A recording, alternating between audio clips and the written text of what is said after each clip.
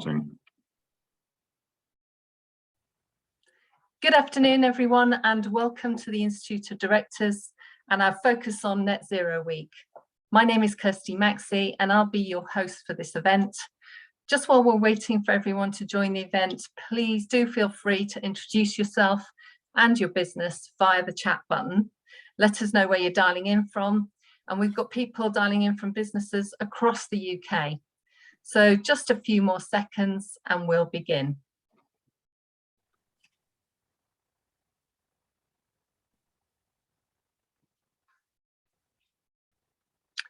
Okay, thank you everyone and welcome again to this event. This is an IOD event in conjunction with Net Zero Week. In this session, we're going to be focused on mobilising finance to deliver net zero. My name is Kirsty Maxey and I'm the ESG volunteer lead for the London Institute of Directors, and I also run my own financial services specialist communications agency. So let's set the scene for today's event. I think we can all acknowledge that the UK's transition to becoming a net zero economy by 2050 will require major investment and a realignment of finance to create a more sustainable future. The UK's Climate Change Committee estimates that it's going to cost something in the region of £1.4 trillion worth of investment to meet that deadline. Excuse me. Transitioning to a more sustainable future will impact all businesses at a time when we're already facing many challenges. So this session is going to look at what that means for businesses, what kind of support is available, and how to access sustainable finance solutions to support this change. Today, I'm delighted that we are joined by a panel whose companies are at the forefront of that move. We're going to be discussing what's driving their focus on responsible finance, the obstacles to and opportunities for wider adoption, as well as their views on what it's going to take to create real and sustainable change. Our format for this lunchtime will be a panel who'll talk for about 45 minutes, and then you have an opportunity to ask questions. There are two ways to get involved. Firstly, you can see there's a chat button, so do use this to let us know where you're dialing in from and share your details with other attendees. And secondly, there's the Q&A button. So if you've got any questions, that's what we'll go to, and that's where we'll take the questions from. The great thing about the Q&A is that you can upvote questions that you like and want to see answered. And finally, just to let you know that this webinar is being recorded and will be available after the session. So let's start with a warm welcome to our panel. First of all, we're delighted to have Ghislaine Mellett-Bates. Ghislaine is a member of the IOD's National Sustainability Task Force. She chairs P27's Green FinTech Forum and is a regular contributor to global green finance debates and consultations. She's an ex-banker, sustainable FinTech entrepreneur and startup strategy advisor. And in 2020, she was included in the Innovate Finance Women in FinTech Power list. In recognition of her leadership and distinguished 20-year career, welcome, Ghislaine. Next up, we have Fabrizio Palmucci. He's a senior advisor at the Climate Bonds Initiative. He works with investors to integrate climate risk as well as with corporates and banks for climate financing. He has spent close over 20 years in bond markets. And finally, we have Gary Lapthorne. Gary is Head of Sustainability and Responsible Business for Commercial Banking at Lloyds Banking Group. He has worked in commercial banking for almost the last 20 years, with leadership roles covering proposition development, marketing, and credit risk strategy, before setting up the Sustainability and Responsible Business team in 2016. Welcome, Gary. So let's get into the discussion. First of all, Fabrizio, can I come to you? From a business perspective, can you start by giving us some context on why it's important for businesses of all sizes to be thinking about their transition to net zero? Thank you, Kirsty, and it's great to be here. Hello, everyone. Yeah, very important, I would say, crucial in the months to come and the years to come, And there are obviously different drivers for this. One can talk about the climate emergency. The science is clear. We as humans just emit CO2 emissions. It's getting warmer and warmer. But I don't want to really focus on that now. Then, of course, the UK government, like many governments around the world, have committed to net zero plans in line with Paris, about 50% reduction by 2030 and zero by 2050. And that's really important, obviously, for businesses to understand that. But I don't really want to talk about that. So that's another driver. The third one, I would say, consumers, we all consumers are making choices which are going in that direction of lower emissions. So if I want to buy a house, for example, today, at the same price, I would actually pay a premium for a house which actually has energy efficiency. So the direction is clear. So that's another pressure point for businesses with a lot of implications. But I didn't really want to focus now about that. Where I want to focus is actually what is really driving finance and I would say the investment community, the pension funds.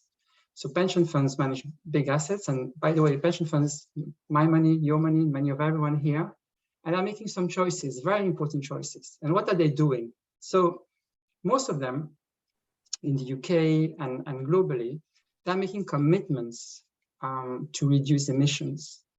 One of the biggest alliances out there is called the Net Zero Asset Owner Alliance. For example, by 2025, they want to have portfolios, so investments in companies that have a carbon footprint reduced by 25%. So this is in 2 years and 5 months. So it's really, really concrete. So what does it mean? Well, it means that their investments will reflect that. And so they invest in companies, but you might say, well, they invest primarily in big companies. Yes, it's true.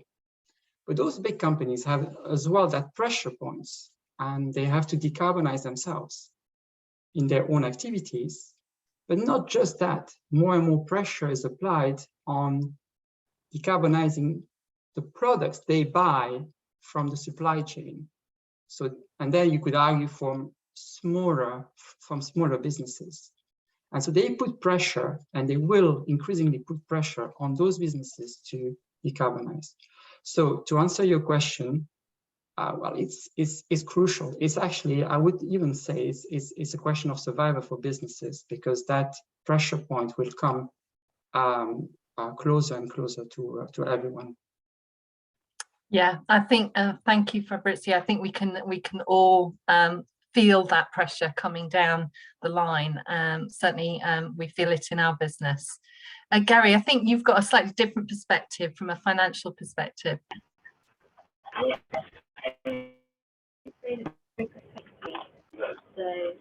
Yeah, thanks, Kirsty. Morning, everybody. I think possibly what I'd just add very briefly is, in terms of your question, why is it important for businesses also to be thinking about the transition? I think we think about it in two ways. One, ethically and commercially being the right thing to do.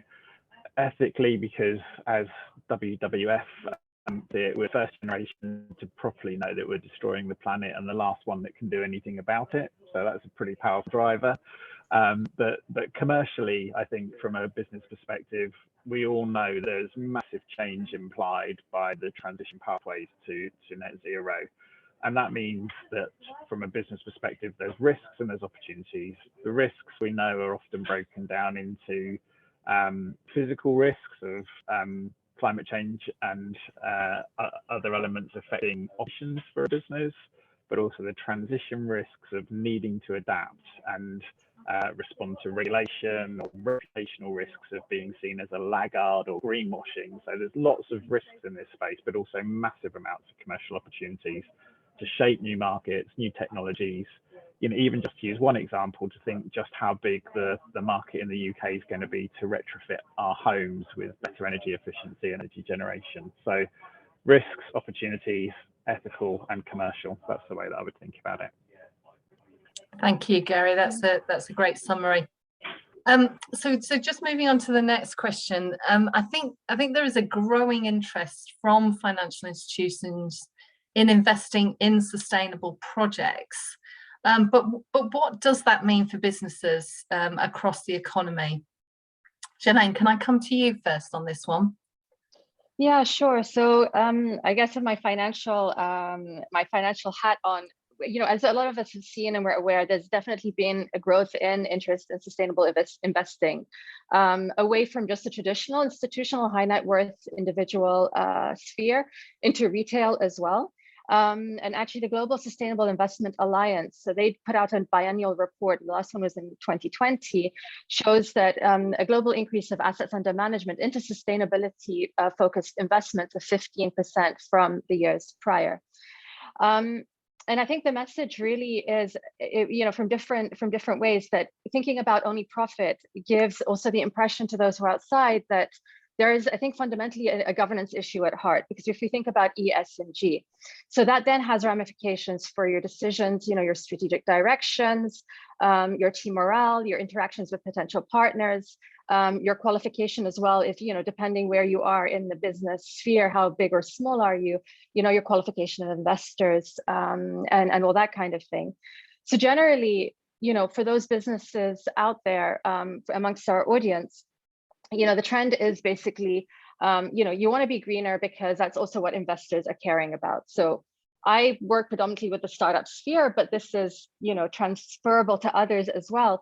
Investors basically want to look at companies that are doing good. So, by attracting money as a business, you're being able to fund your operations, you're being able to also create more jobs, but you have to have a clear sustainability pathway. Ideally, what problem are you solving? How are you embodying sustainability into your operations? And the more important thing is that has to come from the C-suite. It cannot be in your marketing. It has to be really a lifeblood, because then that's the culture that you're coming down with. Employees, how you attract and retain employees, right? Because we're now in a world, people want to work for ethically correct companies. Clients are driving a lot of demand. So there's a lot going on.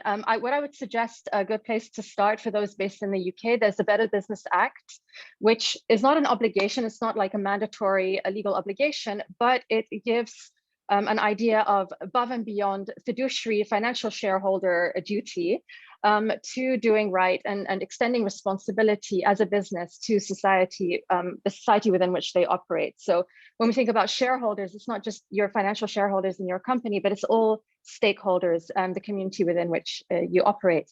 And the reason for all of that really is because for a long time, we've been operating with a business status quo that, to laissez-faire to the point of no accountability. So this is all this movement about sustainability. And if we think actually about sustainability at its heart, it's about durability. The green aspect comes in because in order to be durable, you cannot take advantage and play, with resources. You have to be careful with your resources. You have to treat people right. You have to take care of people and planet, and then take care of you. And we think about the 3 pillars of sustainability. So it's really about taking accountability yourself and not having somewhere else pay the bills. And the payoff for you as a business, if you're, setting up a correct sustainability pathway and working well with the investors, with listening to your clients, you're enhancing your brand value. You're meeting consumer demand. So therefore, again, your viability increases. You're also increasing your own efficiencies. You're attracting more talent, creating new opportunities, as Gary also spoke to. And you're essentially contributing in a qualitative manner to the creation of a resilient and sustainable future economy. Thank you, Jillian. Great advice there. Thank you. Fabrizio, I think you had some thoughts on this in terms of advice to businesses. Yeah, advice on businesses, and I think I would echo what Jillian said. What I see, especially what she mentioned around the boards, it needs to come from the boards from the top, and it needs to be a strategy. It's kind of the business model which is actually changing, and that's the difficulty and actually the opportunity. I like the way Gary put it as well. It's a risk and an opportunity. If you look at it from an opportunity perspective, actually it's massive opportunity. So in the building sectors, for example, the government talked about 250,000 jobs being created. You know, I'm doing retrofitting of my house, and I see new companies popping up. You know, so these are lines of businesses that perhaps didn't exist as such years ago. But for those who have very strong businesses still, you know, they need to really embrace that change, and that's not easy and needs to come from the top. But if you do this, actually, you will be one of the first ones in your sectors. I mean, just look at when you make your own choices in terms of you go to the supermarket and you buy products. Once again, you know, let's say at a similar price point, you know, you will go for a lower carbon footprint or a more responsible, or call it organic. Maybe here I'm mixing a bit all of this, but that goes as well to consumer preferences. So yeah, my point here is really business needs to take this very seriously. I think that's well made, Fabrizio, and I couldn't from a business perspective, one of the great opportunities I think is really around the recruitment side as well. We're finding that, you know, if you can demonstrate what you're doing, then it really adds to reasons why people want to join your business as well. So it's good for lots of different parts of the challenge that businesses are facing. Just a reminder, everyone, that we do have the Q&A channel. So if anybody's got any questions for the panel today, please do put them in the Q&A. Thank you. Right, on to our next question. Given that businesses are operating in a difficult environment, loads of challenges right now, you know, we have priorities on all sorts of areas. What do you think are the steps that they just need to focus on to develop that strategy to help finance their transition to net zero? Gary, can I come to you first on that one? Yeah, of course. Thanks, Kirsty. I think absolutely we'd all be aware of the difficult operating environment. And I think the first thing to say is that we just have to have huge empathy with the challenges that businesses are facing. The pandemic, energy, cost of living crisis, new trading arrangements post-Brexit, and now laying over the top of that, the desire to sort of set a direction and a strategy towards net zero. So we've just got to be really cognizant of that being an additional challenge, competing for scarce capacity, scarce investment funds, and so on. I think from a Lloyd's perspective, our research shows that 90% of our SMEs say that it's really important, and half of them have already committed to the journey to net zero, but crucially 40% say that they don't yet know what it means for their business. And it can be difficult to prioritize budget on activities, therefore, that seem to be high cost, but often with a low or a long return on investment. And, you know, in amongst all of that, it can be incredibly hard to even just start measuring your emissions impact. So we think, you know, often the trick is to keep it simple and try and start by finding helpful information. And luckily, I think there's a lot of help of that nature available. Hopefully, you know, Lloyd's, our sustainability web pages are a good example, but we have lots of practical support and tools. And, you know, trying to keep things simple for a lot of businesses, energy, the way that it's sourced and its efficiency in use, the buildings, the way that we travel or transport our, you know, goods and services, they will be a big part of the addressable emissions for a lot of businesses. And, you know, just to give one really practical example about how we can help in sort of articulating that strategy, we have partnered with a company called CFP Green Buildings to launch and make available to our clients a green buildings tool. And this is just so simple. It takes publicly available information about the building or portfolio of buildings and its energy performance rating. It then constructs a ready-made business case for the potential investments to improve efficiency and gives a very clear cost for what each of those improvements could be, how much they would save in emissions, how much they would save in ongoing running costs, and what that would do to the energy performance rating of the buildings if you made all of those investments. So that's one really practical thing that can be done. And of course, in an era where energy price shocks have become commonplace, unfortunately, more recently, the payback period for those kind of investments is reducing dynamically as we see those changes in prices. So just one example of many, but that's the way that strategically I think we would start in terms of helping businesses to take those first steps. That's great advice, Gary, and yeah, we can share the link to some of that content. Ghislaine, can I come to you? I would largely agree, actually, and I think to add, kind of build on what Gary has said. So, the first thing said, to keep it simple, and advice. I mean, again, that is sage is just start small. Take one step at a time. The other, speaking to the complicated economic environment. So, I don't know if people are signing in from the UK from outside of the UK, but we're dealing. There's COVID. There's Brexit, there's cost of living crisis, there's energy pricing costs considerations as well.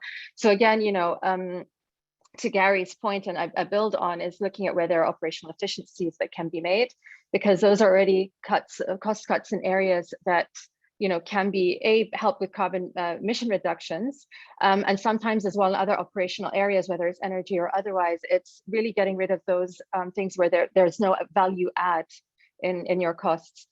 But the other kind of strategic things that kind of will help, the main thing is to ensure a solid foundation and a coherent strategy for your business, because that's then and Gary and Lloyd's and other banks, obviously, when you're investing, you want to have a clear pathway, and there's that assurance of that comes with coherence of foundation. So again, as we've said, sustainability strategy really has to come from the very top. The other important thing is really employee engagement and buy-in. A lot of your employees will also be engaged and want to be engaged in the sustainability topic. So communicate clearly your goals and your sense of purpose. That then helps with a strengthened team that believes in your vision, your mission, and it helps you really go faster as well. So, but that comes from setting clear goals, clear KPIs. And a lot of what we see kind of in the corporate sphere, I've worked in corporate as well, is big CSR policies and taglines. What do they actually mean? They have to be relevant, they have to be measurable as well, right? So just keep it realistic. Again, simple. It doesn't have to be something huge, but what is within your remit as a company right now? And right now doesn't mean necessarily further down the road. It's an iteration, right? Sustainability is a long-term thing. It's not you have to do right now, but it's about intention as well. Look at your partnerships, those that you work with. So collaboration is a big thing as well. It helps you if you're under duress, just communicating with your partners. Sometimes a problem shared is a problem halved, if not even solved. So again, it could be cost effectiveness and things like that. So these are all really simple things that, business leaders listening in can do that don't cost any money, but it's collaboration, it's communication, educating your end users and listening to your customers, right? As well.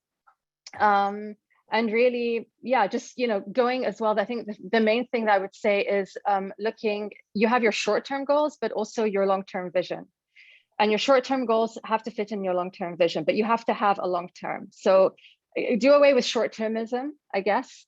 Broaden your focus, and sometimes that also could mean learning new skills or thinking about what are gaps in your business as well to help to get you to sustainability, and then the financing that comes with it as well. That's great advice, Ghislaine. Thank you. Just before we go on to the next question, I see there's a few questions going up in the chat line. Do you mind copying those into the Q&A? It's just they'll get lost in the chat and I won't see them. So if you can just copy any of your questions into the Q&A chat, you'll find that at the bottom, usually at the bottom of your screen. Thank you. Gary, do you mind if we come back to you, just from a kind of more practical perspective now? Just what types of sustainable finance are available to businesses, and how do they access that funding to support their objectives? Yeah, sure. I mean, I can be really simple about this, and there is more information about it in the link which I popped in the chat a little bit earlier. But I think the two sort of key elements that we see are, firstly, the green purpose finance, where often we can provide lower rates or lower fees for qualifying loans, or asset finance. So this could be, something to fund electric vehicles, to fund wind turbines, solar panels, plant and machinery with better operating efficiency. So we badge all of this under what we call our Clean Growth Financing Initiative at Lloyds, and we just regularly look to update the qualifying purposes that form part of that overall proposition. And if it's not something that is immediately on a list of qualifying purposes, then what we try and do is work with the client to shape and understand what the improvements from an environmental perspective are going to be, so that we can bring it into the scope of the qualifying purposes. I think the second main element that we see in terms of financing and seeing very significant growth over the last year or two is sustainability linked loans. And this is more in the space of our larger clients, but what happens with those is that we work with the client and often with other banks in syndicates to articulate key performance indicators that underpin the loan. So you can then have a difference in the interest margin depending on either achieving or not achieving those KPIs. And often they'll be about improving emissions intensity, but also this is broader than just environment. So you'll often see social factors built into those facilities as well, such as what kind of diversity, what kind of inclusion are we seeing in the internal leadership teams of companies, and progress on a range of social issues. So in terms of accessing it, your final point, through relationship teams. So the best thing to do is, if you're starting on that journey, thinking about some investments that you want to make and you want to do them as cost effectively as possible, then chat to your relationship team about what the best of those propositions will be. That's great. Thank you, Gary. Anybody else want to add to that? Yeah, go ahead, Fabrizio. Which is very interesting, which I see with my hat with discussions on with big banks, asset managers, asset owners around the world. There is we have to say as well that topic of transition is an evolving topic as well. So not everyone has the answers, like very, very precise answer. And that transpires very clearly in what we would call the hardware-based sectors. So perhaps in this call, there are, let's say, executives working more for the, the cement, the steel, and other hardware-based industries. And in that space, there's a lot of commitments from the banks to reduce their balance sheet emission or their finance emission. But I have to say that that definition of what good looks like is not always very, is not set in stone, I would say. And there's a lot of work going on at the moment. Two things I would say. So first, there's a lot of work that needs to be done to define what a, let's say, Paris-aligned transition has to be. So if you are a chemical company, what is the level of emission which would be acceptable in that pathway, in that transition towards a net zero today? And then the second bit I would say as well is that banks themselves are doing a lot of work to get educated on the topic and to work with their own clients. I would say they are in the same, to some extent, they are in the same boat. We are all in the same boat. We need to learn, especially, I would say, for the hardware-based sectors. Now, we know solar panels, this is the way to go, renewables. But in those hardware-based sectors, actually, it's a bit more complex. And I would encourage anyone, working in that sector to really engage with the banks and their relationship manager in terms of solutions.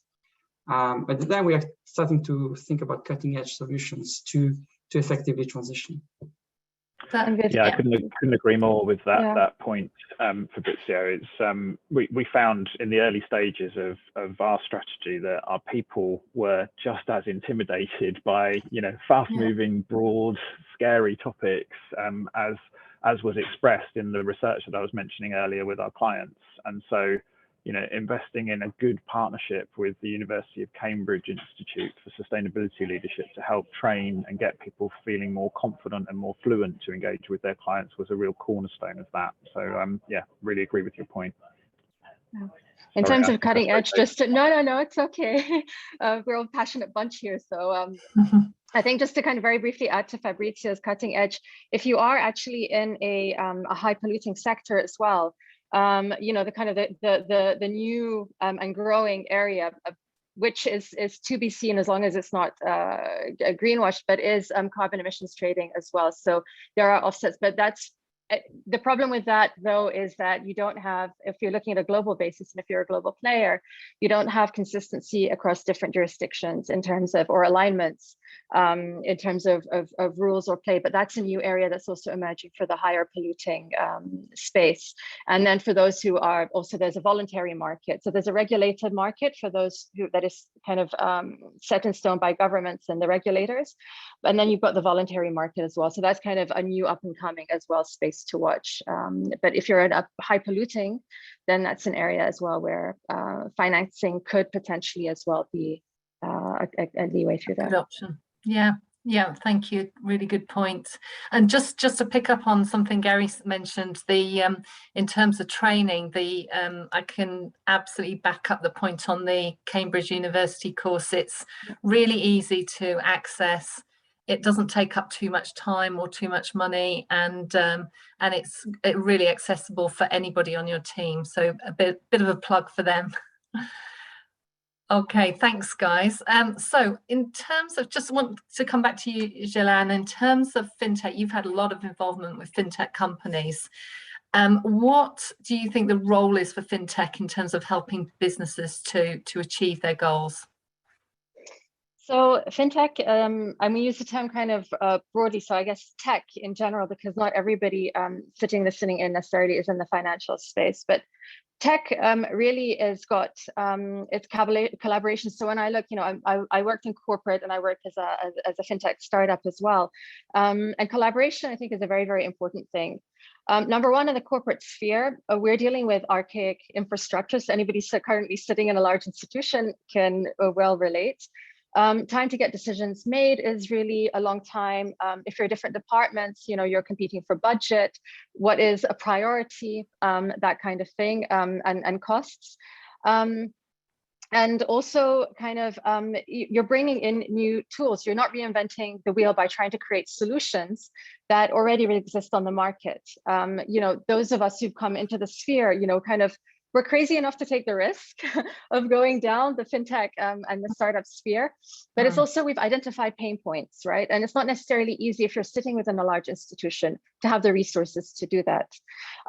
So really it's cost, and it's also helping, move solutions along and bringing them on board faster. There are reports out there that show that the economic opportunities are worth about $12 trillion a year. If for sustainable economic models, that embedding as well to, and the opportunity for tech by 2030, because if you're thinking about it, really the power of technology is data, amalgamation, assimilation. In the finance sphere, we talk about more efficient investment decision making. You have transparency. It's really the taking as well of a lot of unstructured data that is out there, and bringing it to the fore so that you're able to understand as well, key trends, who the key users are, and so on and so forth. From a business perspective, using a technology, and again, collaborating and bringing that in, and not building it in-house, because that can be very long, very costly. And unless you can assure yourself of doing it better than solutions that already exist out there, the solutions really can help you measure your environmental impact of your company's assets, your carbon footprint, and importantly, also your supply chains. So currently, a lot of this sphere, and what Fabrizio, was alluding to, that this is an evolution and things are not necessarily clear in terms of definitions, but also because the regulatory infrastructure is not there as well yet. So we talk about Scope 3 emissions, which is a company's supply chain. Much of that is missing. So if you as a business are able to actually measure and capture that, then that's already putting you in a good place, because you understand what your emissions are, where efficiencies can be made, etc. And again, if we look at who your customers are and consumer, a lot of the trends these days in terms of tech use is around carbon footprint calculators. Individuals, if they're purchasing from you, so those of you, for example, who are supplying to consumers or dealing with consumers, is helping them better understand the choices that they're making as individuals as well. And in all, really, it's about developing solutions and collaborating with those solutions that can help track your alignment with your sustainability goals. Yes, thank you, Jelena. And any companies out there that are trying to get B Corp status, I can absolutely account for the fact that any tech that helps you in terms of that information gathering, that data, that transparency really makes a difference. So yes, thank you. And Fabrizio, just coming to you on this, I know you've got a couple of points. You're on mute. Someone has to do it. Yeah, exactly. Had to happen. No, I just would just say that for sure tech will have a space here and will play a role. Say at Climate Bonds, I get a lot of discussions on tech companies coming to us to talk about, for example, how they use blockchain to certify their carbon emission, which is natural based. In different countries, like in Africa, for example. So for sure, tech will have a big space here to play. Yeah, thank you. Thank you. So just one final shout out.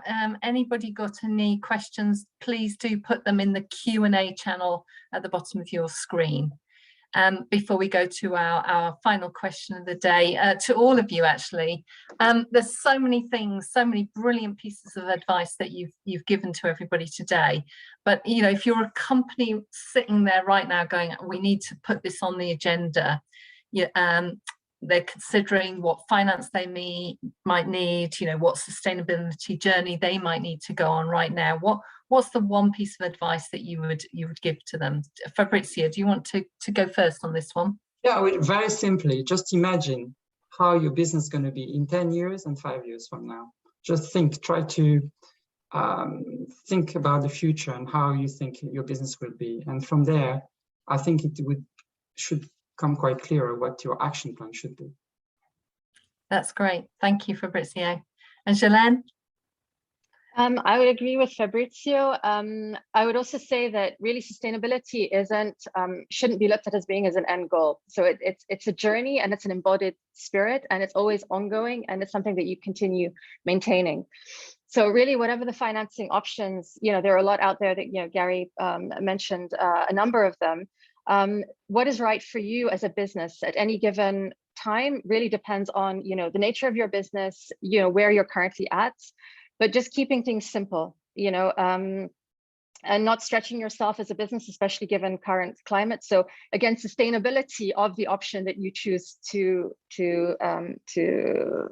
finance yourselves, and just taking things one step at a time, and revisiting your goals. Again, Fabrizio said, have your 5-year, 10-year, revisit your goals, right? Make sure that you're on track, and make sure you have that solid foundation going forward. That's great, thank you.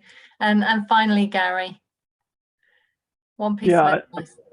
I'll kind of start where I began, really, I think, which is, look at the support available, keep it simple, and think about your quick wins and prioritize the investments that best match your ethical views and your commercial opportunities. And we all need to think about this with urgency, but also with realism, just like hopefully we do in our personal lives now, as we think about becoming more sustainable. So yeah, that would be my kind of closing points. Thank you, Gary. Thank you, everyone. So after that discussion, hopefully that's whetted your appetite in terms of questions. I can see we've got a few questions in the Q&A. So I'm going to start with Damien Wood. Thank you for your question. His question is, how do you see the financing or indeed the business model for geological carbon storage? Who wants to take that one? I don't mind having a starter for 10 on it. I mean, I think evolving, it would be my one word answer to it. We all know that there's going to need to be increasing amounts of carbon capture use and storage.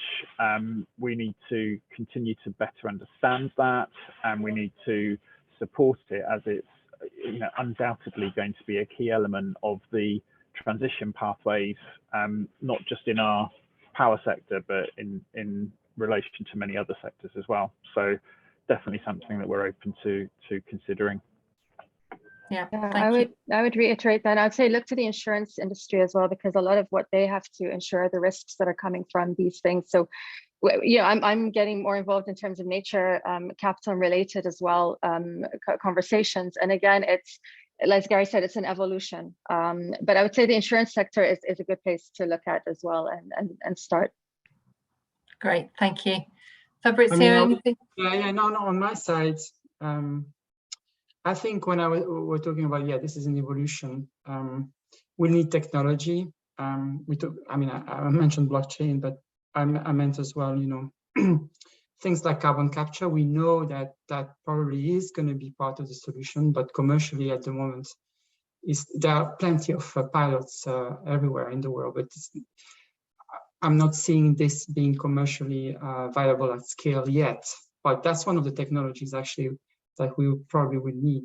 However, I would say other technologies like hydrogen, for example, especially green hydrogen, is definitely going to be there for us. One of the technology which still has to improve a lot, but probably going to be fundamental. The other one, talking about energy, obviously, is batteries and lithium. That's going to be obviously a given that will be part of the mix of solutions for us. Yeah, thank you, Fabrizio. Next question from Paul Wrighton. He's asking a question that I think we've all experienced before. So it'd be great to get your views on this. He's asking, most of the C-suite look for short-term ROI initiatives, less than 5 years, which often prohibit larger step change investments to reduce energy and carbon. How can the financial sector better articulate and highlight bottom line benefits for the C-suite, when you're trying to influence that C-suite, that is not just about ROI?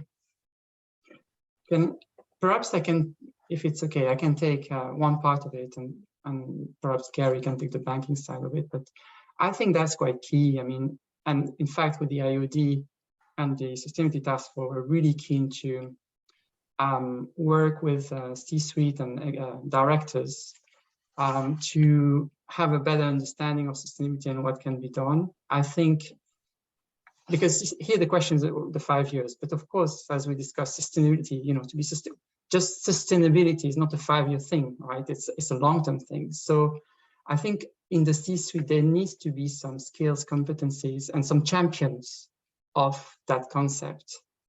Someone who can represent sustainability and obviously operationalize it. I think there are really good initiatives like Chapter Zero, for example, working hard on this.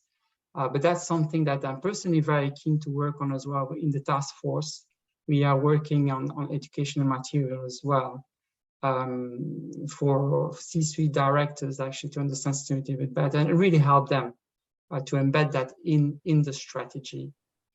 So that would be my answer to it. But I think it requires definitely, as Fabrizio said, a champion and a mindset shift. I think ultimately, I don't know if the finance sector is necessarily the best place, although in terms of banking necessarily, because there are challenges, I would say, there as well. But certainly, if you've got assets, directors need to understand this is going to hit their bottom line. So if you want to be short term about it, okay, but they have assets that the insurance industry are going to stop, for example, insuring, because the risks of those, they have to then sit and what's the word that I'm looking for? Insure against and mitigate against. That's going to become harder and harder depending on where your assets are sitting, what they are, and so on and so forth. So, again, and also when we talk about sustainability, I think sustainability has 3 pillars. You've got the social, you have the environmental, but economic is part of that. And I think also just I don't know how that gets, drummed in, but it's not saying profit. Profit is not meant to be a dirty word, right? Profit is still allowed, but it's just saying not at the expense of endangering the planet, of harming people and taking advantage. So you can still have your profits, but it just has to be in a cleaner way. And if it might be a short-term cost, but in the long term, you're setting yourself up better for your better bottom line. At the end of the day, do you want to just last 5 years and have ROI for 5 years, or do you want to last longer? Is the question. Do you think that the ratings agencies are going to start to put any pressure on here? Are you starting to see that? Well, Tesla got checked out. Well, on the rating agencies, I used to work on too. So I think it's coming from the regulation. That's it. I was actually looking this morning, the CSRD. Okay, so the disclosure regulation in the EU. Well, when it's going to come for SMEs, actually, I think in 26 or 27, SMEs will need to have a net transition plan, which is time bounded, and two dates, 2030 and 2050, will have to be in the plan. So it's just going to come. So I think it's just, that's where we go. Yeah. Gary, from working in one of the biggest corporates in the UK, any views on that? Yeah, I think, increasingly the short-term decisions are having to be more aligned with the longer term. So, we have many more corporates now, ourselves included, setting our longer term goals, signing up for things like the Net Zero Banking Alliance, or for net zero more generally, science-based targets initiative. So actually needing to be public on what you're committed to has just become much more mainstream. So then when you put that in the context of how discerning stakeholders are, and it's not just about regulation, it's if you want to attract your share of the talent pool, you're going to need to stand for something in this space. We know that people are much more discerning about the kind of companies that they want to work for, especially in relation to ESG factors. There will be regulation, of course. There will be client choice, customer choice starting to manifest much more in the short term. So if you haven't got a strategy that stands up to scrutiny against some long-term goals, then there are short-term economic and other consequences that many of us are facing into. So as I say, that means for me the short-term decisions are becoming much more aligned with the long-term ones. Yeah, there will be no choice. Thanks, guys. So next question from Hannah Afolabi. What are the KPIs, probably one for you, Gary, what are the KPIs for the social benefits in terms of access to the loans? Yeah, I mean, these vary. And the kind of key principle is that this is not just about baking into a loan some things that you would have done strategically anyway. So the idea is that there's stretch.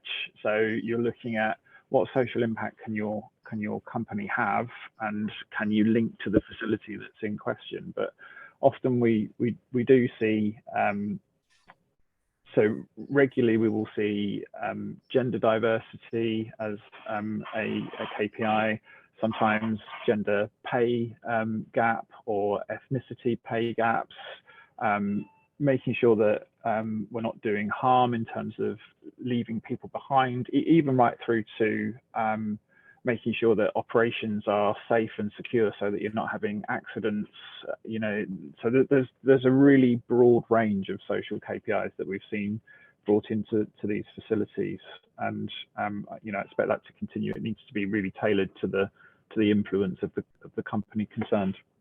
Yeah. Great, thank you. Next question from Jelly Mooring.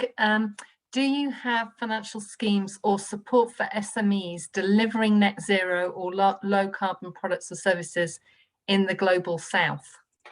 Not quite sure what that means, global south, but maybe that means South Africa.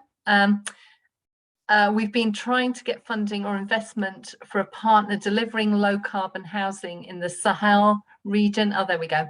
And it's been a challenge to unlock finance. So anybody got any views or thoughts on this one?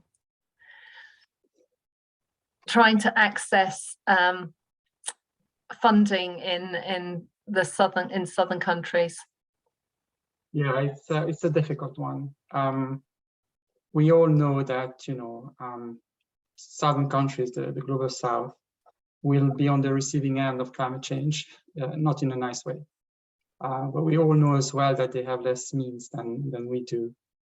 And we know that we have a responsibility to help them, because in the first place, if you look at Africa, they're not responsible for the emissions, really. So this is an area where on climate bonds we try to focus as well. I think that there's a lot of work from a development bank perspective happening, and that's where I would start. That's where I would go to, because they obviously have a mission.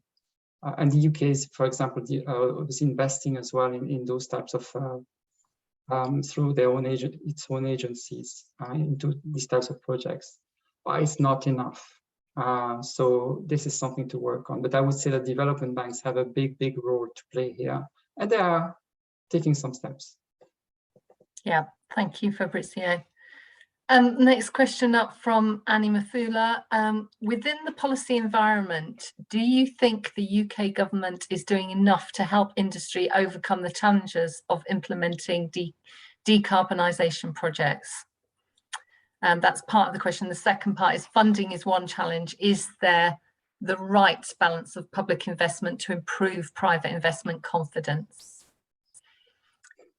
Anybody want to take that?